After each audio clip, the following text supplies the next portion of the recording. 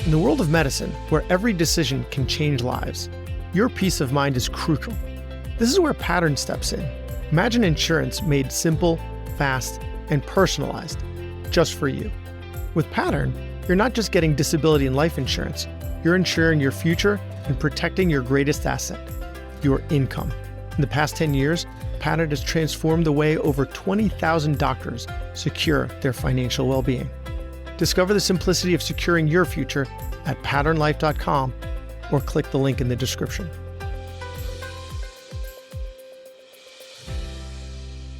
Do you want to make your patients like you? Then make them laugh. Stay tuned to find out how. Hey, this is Brad Block, host of The Physician's Guide to Doctoring. This is a personal and professional development podcast for physicians where we have experts on the show that try to teach us everything we should have been learning while we were memorizing Krebs cycle. Welcome back to the podcast. Super cool episode today. So it's something a little different. We have Joel Byars, who's most recently voted Atlanta's best clean comedian. He's been featured on Dry Bar Comedy, Sirius XM, and more. And he owns the Joel Byars Clean Comedy Academy and hosts the award-winning Hot Breath podcast, showcasing over 400 interviews, more interviews than me, with comedians. And he's a big believer in the power of comedy, as are we clearly on the show, as you guys hopefully smirk a little bit at my attempts at humor.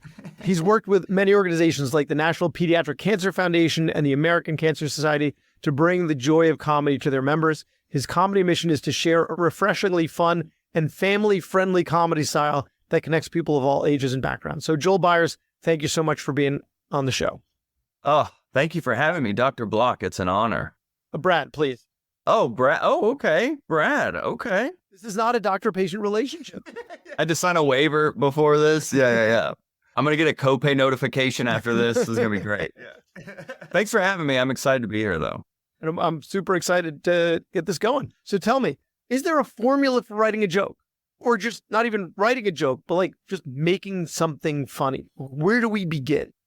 Yeah, I really want to give some thought before jumping on this show with you, because there are joke writing formulas and techniques. And I know you've had my buddy Scott Dickers on here, who is amazing, and he has a lot of good comedy advice and such. And I was trying to think about, from the perspective of doctors, that a lot of, I think, the humor, and from my own personal experience in experiencing doctors incorporating humor into what they do with me when I've visited for my physicals and such, is there are formulas and such, but I feel like for doctors, it's important just to remember that comedy is all about connection. There's a quote that laughter is the shortest distance between two people. So when you're a doctor, for example, the bar is so low on what is funny. I teach comedy and we can get into those things, but I think to not overthink it, if you can just be someone that actually enters the room with positive energy, with a smile, and makes eye contact, people will mirror. Like if you smile, people will mirror that back to you. Smile is halfway through a laugh. The bar is so low for what people would expect in an interaction with a physician that we really don't have to do very much in order to meet their or exceed their expectations. So a good way to start the visit would be enter the room with energy and a smile. Okay. Awesome. Yeah. We're good at memorizing things, right? Yeah. We can memorize that. We can remember to do that. Or like leave a sticky note on the door, like smile and energy until it becomes ingrained in us. Okay. So that's great. Low bar, smile and energy. So where do we go from there? If we want to like try and make a joke? Is there like a way we can think about things that'll help us get there? Well, if there's something that happens, just to start on the baseline level, if there's something that happens routinely with most patients, if like the computer is slow, for example, you could make a joke about, oh, sorry, we still have dial-up or something like that. It's a throwaway line, but it breaks the possible tension of them just sitting there waiting for you to like do whatever they're there to do. It could just be a little throwaway line that makes them at ease. Even if you just, for example, recently I was at the doctor and they made a joke about their pen. I mean, it was something like the doctor gave me his pen and it was like, oh, but I'm going to want that back. I collect those. And it was like a Bic like just stick pin. It wasn't anything expensive, but it was just like, I'm here doing something mundane as like writing something or filling out a form. So he was thoughtful enough to just interject a little joke there of, oh, I want that back. I collect those. And it's clearly just like a cheap pen and doesn't really matter. Yeah. So it's just filling in these little mundane moments that you have throughout your day with patients, regardless of who they are. And you can start to sprinkle in laughs that way. And a step further is a big part of stand-up comedy is knowing your audience. So it's having the context for who you're talking to. Now, I don't know how in-depth your charts are, if someone is a fan of a certain team or things like that you could keep track of, to where when you do see this patient coming in, you may be able to think of just a funny line about, oh, the game that week or something. And it could be as silly as if they didn't do well, it's like, oh man, I could have thrown a better interception than that guy or something. Yeah. Just very silly stuff. Yeah, one thing I'll do on my charts is, for some of the visits, if like they're going on a trip, I'll put in the chart note, it'll say, have fun in Florida. Because I live in New York and everyone goes to Florida. So although here it's pronounced Florida because of the accent, you put in yeah. So local Florida. I won't tease someone about their accent, but just here on the podcast where they, don't hear me. Say, have fun in Florida. And then it's in the chart note. So when I go in next time, I'm looking at what I wrote and it said, oh, how was, and then, interject a joke. And I guess, Florida being a perennial punching bag, I guess, you're in Atlanta, so we can say things about Florida. I guess you could make a joke about that, about all the retirees from New York that go there, something like that. So yeah, and I guess, again, it comes up again, the bar is so low for what people expect. We're not expected to be professional stand-up comedians. Just make little silly, not even that funny jokes, like little, observations, like the pen thing or the dial-up. And then, you can use it over and over again because to each patient, it's a new set. Exactly. And if people don't know, comedians do have a rehearsed set, and we go from show to show, basically doing that set. We'll develop new jokes and things like that. But for that context, if there's things you're picking up on that is happening throughout the day with every patient, you can start to think of funny little silly puns or dad jokes. They could be very silly. If you have a stethoscope, you could be like, is this thing on? Or what? Very silly stuff. Even for you, because you're ENT, correct? So like if there was a patient you had a funny rapport with and you like look in their ear and you can be like, funny, I can see all the way through. That is interesting. Like they don't have a brain. If it was like someone younger who you had a rapport with. But a big thing is, of course, knowing your audience and knowing what they're going to be receptive to or not. So that's why my approach was giving advice more on just the generic day-to-day things that you go through that can spice up your day and also the patient's day. Is there anything we should be avoiding?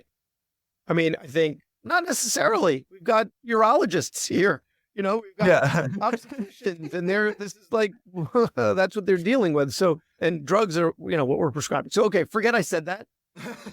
Just ask you, the professional, what should we be avoiding? What are the pitfalls to avoid when we're, trying new jokes? Of course, self-deprecation. I wouldn't want to go to a doctor who then makes jokes about how they're not qualified to be a doctor in whatever way, even a silly throwaway line. You don't want to insert any doubt into the patient's mind. I think another one is anything political, anything. And that's me being a clean comedian. I also will teach clean comedy classes. And a big thing that I talk about are just the general topics when I do corporate events or fundraisers. Most people request I don't talk about sex, drugs, race, and politics. It's just those topics, even if you do it in a clean and fun way, it can just trigger people and be divisive and make people uncomfortable. So those have just been kind of common requests. And I think that would definitely translate into the doctor's office, that even if it's a sterile joke, if you will, that it can trigger people the wrong way. So it's best to avoid those. I've found even when you're on the same page with people about that kind of stuff, you end up going down this rabbit hole of just confirming, right? You're like, oh yeah. And then it's sucking a lot of time away from the visit that could be spent talking about something that really more connected to the patient than just the fact that you both read the same newspaper. Exactly. from them, really more about either what they're there for or something that's about them, not about someone else that you both happen to agree on. So I think even if you're on the same page, you're going to end up down this rabbit hole, and that ends up being time consuming. Yeah, and I guess that could be good for like building rapport early on in the patient relationship, perhaps, just to build that context. And so you get to know this person in a more three-dimensional way. So every time you see them, you have these touch points that you can start to refer back to and a callback, if you will. But that's another technique that you could do if you opened up with a joke, let's say at the beginning of set. But at the beginning of the session, you make the joke about the pen, then before you leave, you could make another joke about the pen, or really the same joke, and that's called a callback in comedy, is where it's a joke you said earlier in the set that you then repeat later. So that's a good way to get a silly laugh, if you will. I love the callback because it makes the patient feel like you're in on the same joke. So that really builds the rapport really well. So if you start off with a joke and then end with the same joke, I like the callback. That's I feel like really good for rapport building. Because, me and the doctor, we've got this like inside joke that we both get. Yeah, because even like, I'm sure you deal with people Googling stuff and then coming in and thinking they know the answer before you. So, and that's another thing that maybe a lot of doctors have to deal with. So having a joke about Dr. Google or saying, well, I promise you, Dr. Google didn't go to med school. It's not a killer line, but it's a line that will evoke still an emotional response, and they'll laugh, especially if you laugh. I'm sure doctors may get nervous about, well, I don't want to take a swing even on a silly joke, but I promise you, if you laugh at the joke after you say it, 9 times out of 10, at least, the patient will laugh as well. There's like a tribal response with laughter. That's why comedy clubs are very condensed and intimate, and the ceilings are low a lot of the times, and the chairs are close together because it's a tribal experience. So when someone laughs, there is this almost mirroring that happens, which a lot of times it can be a cheat for comedians, that if you see a comedian laughing at a lot of their jokes, it can be seen as a cheat that them laughing coaxes the audience to laugh instead of just the actual punchline. That's a good trick for doctors, that when you do make an attempt at that joke, laugh as you're saying it, and they will almost always laugh at it.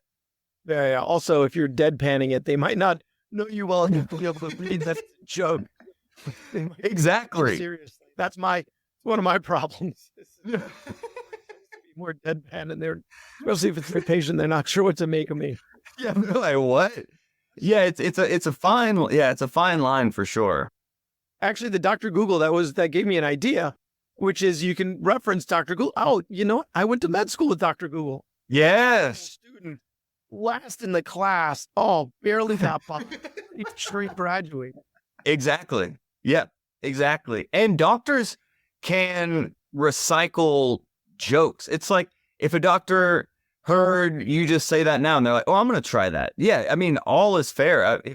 If at any point you guys can share jokes with each other of something that worked, it can even be that simple, that where someone comes with a funny joke idea and you may share it with other doctors of, hey, this really worked when the computer was going slow or whatnot. It's really lower. I can't emphasize, just lower the bar and lower the expectations that if you just say something happy, I was about to say the audience, the patient will mirror that a lot of the time, most of the time, but you're at the doctor. So the circumstances can vary widely. So a lot of it comes down to context and really just knowing your audience, your patient. If one of the listeners, if you do steal one of these jokes, at least, share the podcast and subscribe and 5-star review, please. You're an excellent audience, by the way. You're an excellent audience. You're good at this. Thank you. I'm having a blast. Leading a medical practice is challenging. There can be reimbursement changes, referral slowdowns, staff turnover, or drama. There are obstacles in the way of achieving your goals, or maybe it feels like you've hit a plateau. Who can you turn to for help with the business of managing a medical practice? The Physician Growth Accelerator, a private practice partner that helps you uncover and overcome constraints in your practice.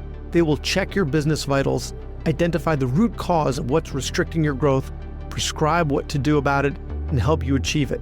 just like we do with our patients. Imagine a practice, imagine your practice, where stress is reduced, profits increase in both patients and staff, and you are happier. They've been making that vision a reality for over a decade. Isn't it time your practice thrived? Discover how at physiciangrowthaccelerator.com. So let's say we try, maybe we push the limit a little too far. We got comfortable with the patient. So we decided to try a joke that was maybe a little too much, didn't land, or just wasn't funny. How do we save that? How do we salvage the relationship and the connection with the patient? If it's a joke that just completely misses, there's two ways you could do it, where you just ignore that it ever happened and just act like, oh, no, that's just something I said, and we'll just keep moving as if it wasn't a joke, and you don't even address it. Okay. Pretend it never happened. Yeah. Or just there could be a line of like, oh, sorry, I promise I'm a better doctor than a comedian. Yeah. And it's just a little thing you can do there. If they get like offended or kind of put off by it, I think that is an opportunity, as I mentioned, comedy being connection. I think that's an opportunity just to connect with them and say, oh, I'm sorry if that was received wrong. I like to make sure that I set a relaxed environment for my patients. You can just have a genuine moment with them. Because I've noticed in stand-up comedy, especially early on, I've been doing it almost 15 years now, that early on when jokes are missing a lot, what I learned is just having a authentic moment with the audience can really help everyone get past the bombing that's happening. I've had several shows where maybe it was starting to go well and then it started to teeter off, and I would just be like, hey, where did we go wrong? Which joke did I lose you on? And just not trying to be funny, but just trying to have an authentic connection with them. Yeah. And then we're able to build the show back up from there. So I think even the same on a small level, like that one-on-one, just being authentic in that can really go a long way. That's interesting that you're able to have a dialogue with an audience. Like I would think dialogue is two people, but I think that's what the root die means, right? Dyad, that's two. An audience, how do you engage with them like that? I mean, this now has nothing to do with patient care, but I'm just curious. Yeah. Like when that happens, how do you communicate with them like that? Well, a misconception with stand-up is that it's a monologue, but it is actually a dialogue. A comedian is having a conversation with the audience. You're saying something, and the audience's laughter is the response. And there's a timing, and there's a flow. It's when two people are talking, one person talks, and then the other will hopefully eloquently interject on the right rhythm, and you can kind of have this, what we call roll, to where just laughter is rolling in, and you're speaking, and you guys are in tune.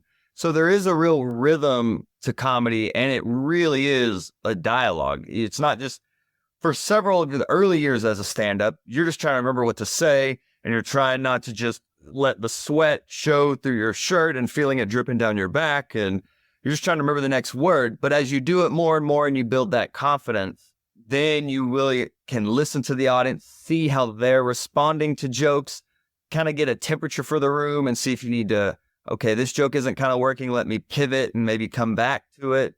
So even with doctors, if you kind of have an opening joke about the pen or computer or whatnot, that can almost be your thermometer for, okay, this patient, they laughed at that silly little throwaway line. Okay, this is going to be nice and relaxed and we can have a little more fun.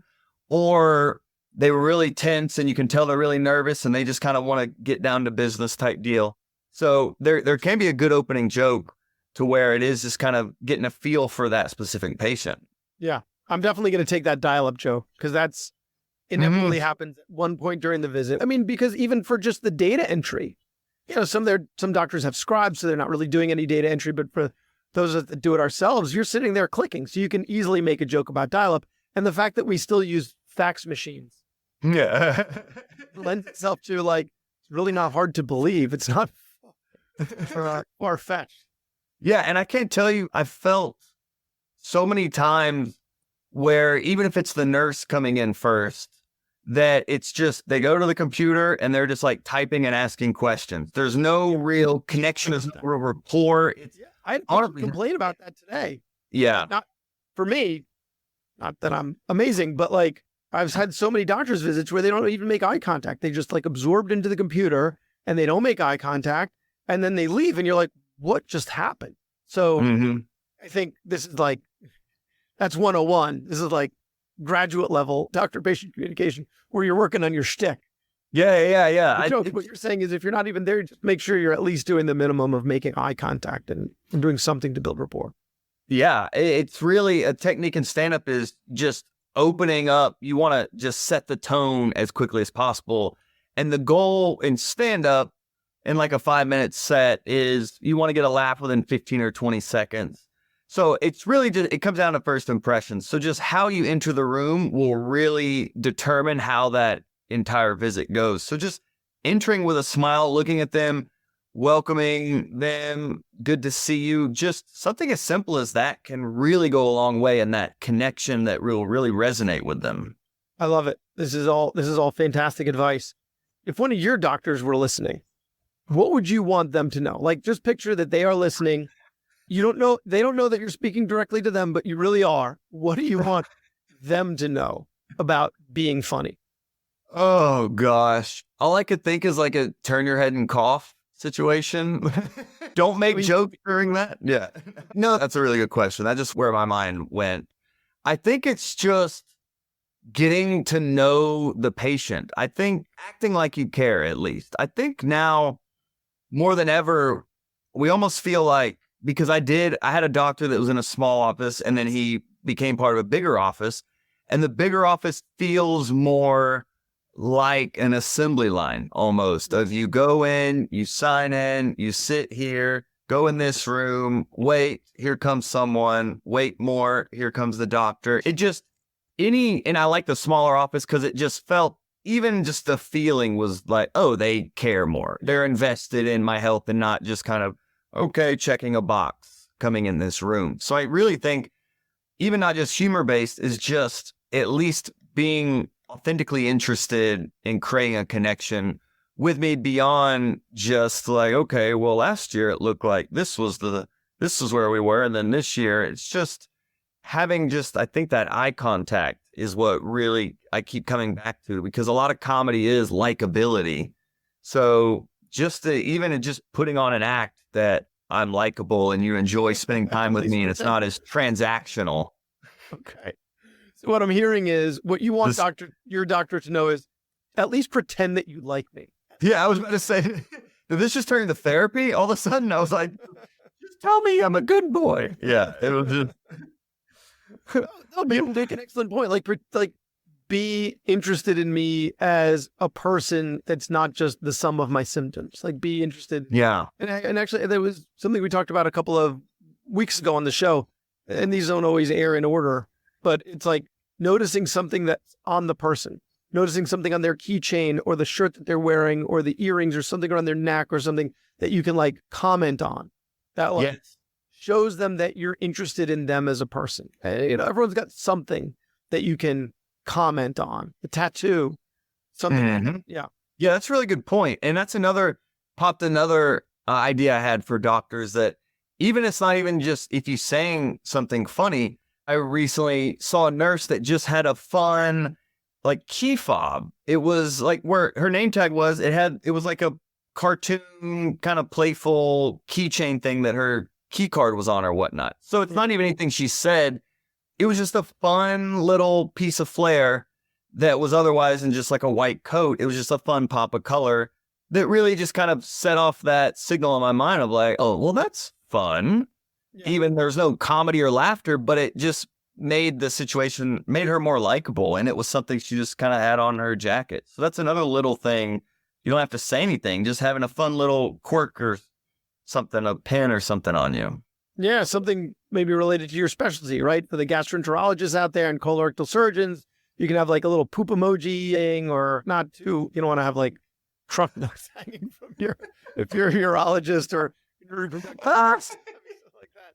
That might be a bridge too far, but something along those lines, related to your specialty. Or you said anything interesting that's about yourself that shows that you as the physician are more than, just the doctor. And I feel like sometimes patients lose that too. Like, especially when they call us when we're on call, they think that we're like just sitting, waiting their phone call. Not like my kids will often be screaming in the background, and my wife's like, "Guys, be quiet. Daddy's got a phone call." And I'm like, "No, I want my patient to be aware that, like, yes, this is what's going on in my life. I'm going to help them. I'm going to listen to them. I'm going to take care of them." It helps them to recognize that there's a human being on both sides of the phone. For sure. Yeah, I think we crave that human connection now more than ever. So the more just human a doctor can be, I think the more humor they'll be able to find. Ooh, human humor. I just wanted to use my liberal arts degree right there. So use a little consonant. Alliteration. It's alliteration. Or alliteration. Yeah. Yes. So how do we know if we're funny? Because I think I am, but and a lot of people think they are and aren't. And some people don't realize, like, my wife, she was actually, I had her on the show kind of hosting with me a little while ago. She, a lot of times doesn't realize she's funny when she's funny. Like she will make a joke and then is like somehow surprised when I find it hilarious. So there's like two sides of that coin. There's the people who think they're funny that aren't, and the people that don't realize that they're as funny as they really are. So how do we know? How do we read the room on something like that? Well, I will say you are funny. You're in there. You're definitely funny. You have the charisma. Yes. Now you can go tell. This comedian said I'm funny, honey. So that joke should work. Taking my show on the road. We're doing medicine. Yes. But that is an interesting question, because I do get that a lot of times of people saying that they're not funny. And I think everyone has a sense of humor. I do believe that it is like a sixth sense. I do believe it's something within all of us that you just have to start to be aware of, and then you can start to tap into. So your sense of humor is really it's a unique prism you see the world. So I think for people that don't think they're funny, I would challenge them to think about their favorite comedian or favorite movie that's a comedy, and think about what about that movie or what about that comedian is funny. And there's something within that actually reflects to them their own sense of humor and how they're funny and how they see funny to be. So even if they don't think they're organically funny, look at what they find funny. And I really think they'll find a reflection back on themselves of, oh, okay, maybe I do say funny things in traffic to myself that they can maybe then start to apply into the doctor's office. But if people think they're funny, I just, go for it. Yeah, you're funny. I think it's to different levels. I think anyone can learn how to be funny and learn the skill of comedy, but it's just like with learning guitar.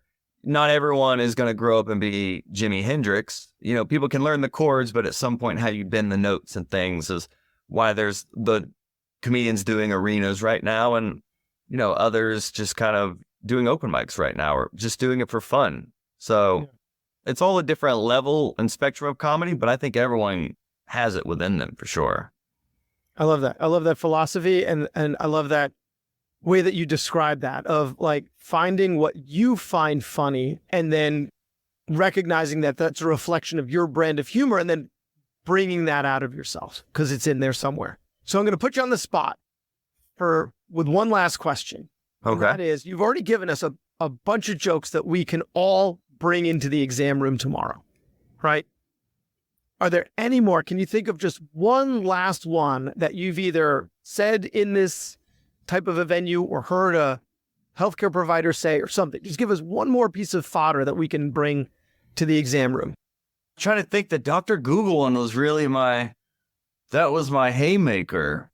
I'm trying to think of what all doctors could do. I was trying to think, because doctors can be late a lot of the times. So if there was a joke about being... I was on the toilet. For a doctor being late? Yeah. Whoa, ate something bad last night. Sorry, I was late. Woof. I know. We opened up with a poop joke. I guess if it was a gastro doctor, I don't even know what the word is. Oh, gosh. I wish I would have thought of a different one. Let me see if I took any other notes. Testing. Oh, I'm bombing at the end of the podcast. I was doing so well. Sorry, it's on the spot. So, one of the questions that I asked was like, cliches or corny classic comedy tropes that we can use in healthcare, like, like you said about the dial-up. Maybe excited to be at the doctor. Maybe that's how you could open. Well, I will say when most people go to the doctor, maybe they're not the most excited to be at the doctor. So maybe when you walk in, you could say something about welcome, how are you? I know this is your favorite place to be. We'll jump right in here. And that could be just a little throwaway line to where you're addressing maybe an elephant in the room that I know you're not thrilled to be here, but you're in good hands. And I'm self-aware of we're here to do something very important and we will get to work type deal. So even just a little throwaway line like that. Acknowledging their discomfort. Exactly. They're there because something's wrong. Yeah. And so something to that degree. Because they need to be. Yeah. Yeah, exactly. It's just a good icebreaker. If it doesn't work, then you can tell them that was Dr. Bradley Block that said that. Sorry, I got that from Dr. Brad. Don't worry about it. Yeah. If they go well, they're yours. If they don't go well, yeah, absolutely. Blame me. Yeah, it's like, oh, that joke killed in front of the mirror. I don't know what happened there. Well, awesome. Well, this has been amazing. Such great material for us to use in the exam room or really any patient encounter. So I really appreciate you taking the time to have this conversation with us. So if people want to find you, if they want to find Hot Breath or Joel Byars Clean Comedy Academy, where do we find all this? Yes. Yeah. And my big takeaway is just to lower the bar. You don't have to craft these killer jokes. It's just the more likable you are, the more the patient will like you. And smiling and just laughing at your own jokes or what you're saying really can go a long way. And just setting a fun rapport that you don't have to be a killer comedian or whatnot. Just those little things that we talked about today can make a big difference. So if you enjoyed me, you can get more information about me on my website, joelbyerscomedy.com. That's where you can reach out to me directly or social media. All my social media is at Joel Byers Comedy. And my podcast is called Hot Breath, which is on YouTube and all podcast platforms. And that is interviews I've done with over 400 comedians all about comedy. And I also do weekly Q&As on there. And I love comedy and I love getting to incorporate it into different worlds, kind of like we're doing here and other events I've done. So if you want to book a comedian, I'm happy to perform at your holiday parties or birthday parties or whatever you would like as well. So get in touch. Amazing. Well, we've got lots of physicians that have conferences and events and stuff like that. So definitely reach out. And once again, Joel Byars, thank you so much for your time. Thank you. Thanks for having me. Doctors dedicate our lives to caring for others. It's time someone took care of us. Visit patternlife.com to simplify your path to peace of mind. Patternlife.com, simplifying your insurance journey. Thanks for listening. I have a favor to ask.